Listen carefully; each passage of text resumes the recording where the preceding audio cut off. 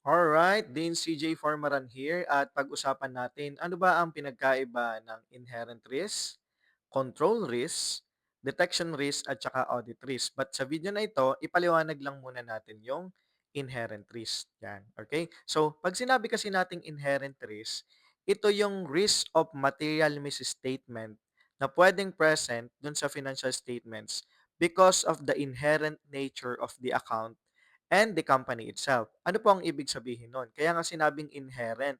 By nature, risky talaga yung account. Kahit walang present ng internal control, kahit walang intervention ng management, by nature, risky na talaga yung mga account or account titles or transaction. And, wala tayong magagawa dun kundi i-assess lang kung siya'y high or low. Okay, hindi siya puwedeng kontrolin ng management. Ano ang example nito? For example, yung cash. By nature, inherently mataas talaga ang risk nan.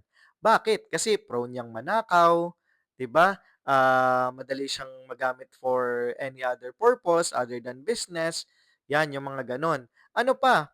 Yung mga transactions na may involved ng, ah, investments or valuation, 'di ba? By nature, kailangan ng expert ng pagva-value ng investment. So, talagang prone na magkamali or by nature ay risky talaga yung mga account na yun. Ano pa? Revenue, 'di ba? So, ang revenue pwede yang i-under-declare, puwedeng i-over-declare depende sa, purpose kung kanino mo pinapakita ang financial statement. So, for example, kung ifa-file mo siya sa BIR, prone yan na i-under-declare para hindi magbayad ng malaking income tax, hindi remit ng malaking VAT, 'yan, okay? So, puwede rin naman siyang i-over-declared, okay?